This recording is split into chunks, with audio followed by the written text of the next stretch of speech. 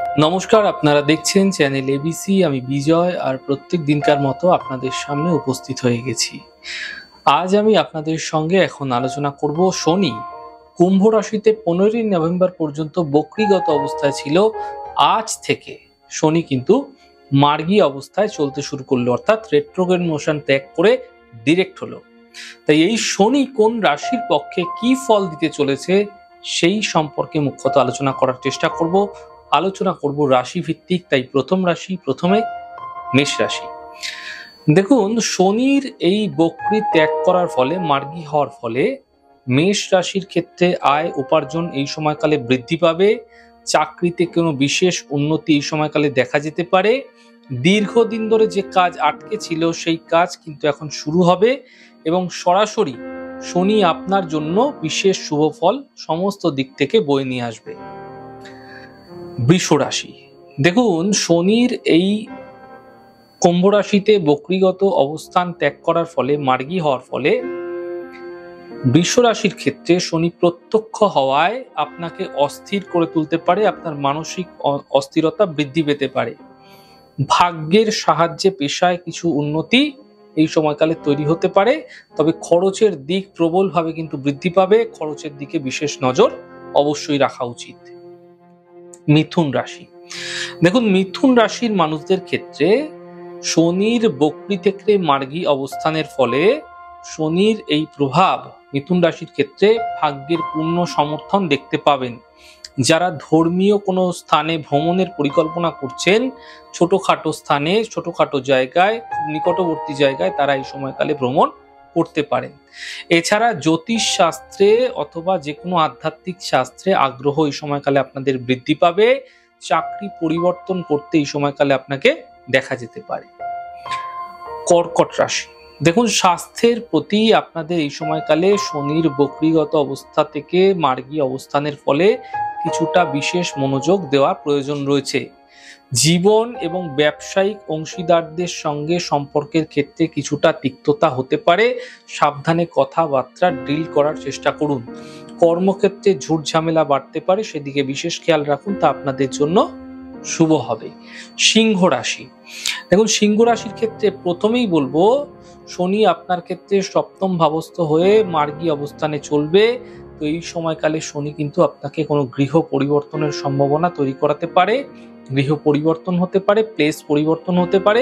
অসুস্থতার জন্য খরচ এই সময়কালে বৃদ্ধি পেতে পারে। ভাগ্য আপনাকে কিন্তু একটু কমই সাহায্য করবে, তাই লড়াই করুন। এই সময়কালে কিন্তু আপনাকে অনেক বেশি লড়াকু মানসিকতা রাখতে হবে, নচেত ভাগ্যের উপর সমস্ত কিছু ছেড়ে দিলে অনেক দিক থেকে কিন্তু আপনি লস করতে পারেন। কন্যা রাশি। দেখুন, কন্যা রাশির মানুষদের ক্ষেত্রে ষষ্ঠ ভাবে শনি বক্রী থেকে মার্গী অবস্থানে চলতে শুরু করেছে। আপনি যদি ঋণ নিয়ে থাকেন তবে আপনি ঋণ পরিশোধে এই সময়কালে সফল হবেন। রোগ ব্যাধি সম্বন্ধীয় যে সমস্যায় ভুগছিলেন সেখান থেকেও একটা সমাধানের পথ খুঁজে পাবেন। চাকরিতে পরিবর্তন হতেও দেখা যেতে পারে, এই সময় কোনো লাভজনক পরিবর্তন আপনাদের ক্ষেত্রে দেখতে পাবেন। তুলা রাশি। দেখুন, সরাসরি শনি আপনাকে সমৃদ্ধির সুবিধা দিতে পারে, কারণ আপনার পঞ্চম ভাবে শনির অবস্থান রয়েছে, মার্গীগত অবস্থায় শনি চলতে শুরু করেছে। তাই এই সময় কিন্তু আপনাদের ক্ষেত্রে সমৃদ্ধি অবশ্যই আসবে। আপনি আপনার কাজে মনোযোগ আরো বেশি বৃদ্ধি করুন। পড়াশোনা সংক্রান্ত যে সমস্ত কাজকর্ম আছে, টিচিং ওরিয়েন্টেড লাইনে যারা রয়েছেন তাদের ক্ষেত্রে সাফল্য কিছুটা বৃদ্ধি পেতে পারে। দেখুন, সৃজনশীল কাজে নিজেকে যুক্ত করুন এবং আপনি আর্থিক লাভ এই সময়কালে সৃজনশীল কাজের মাধ্যম দিয়ে বিশেষভাবে লাভ করতে দেখতে পাবেন। বৃশ্চিক রাশি। দেখুন, স্বাস্থ্যের জন্য আপনাদের খরচা বৃদ্ধি পেতে পারে। এই সময়কালে শনি যেহেতু আপনার চতুর্থ ভাবে কণ্টকস্থ শনি, বা আপনাদের ক্ষেত্রে যেহেতু ধাইয়া চলছে, সেক্ষেত্রে স্বাস্থ্যের জন্য আপনাকে কিন্তু বিশেষ সতর্ক থাকতে হবে। শনির দৃষ্টি ষষ্ঠ ভাবস্থ রয়েছে।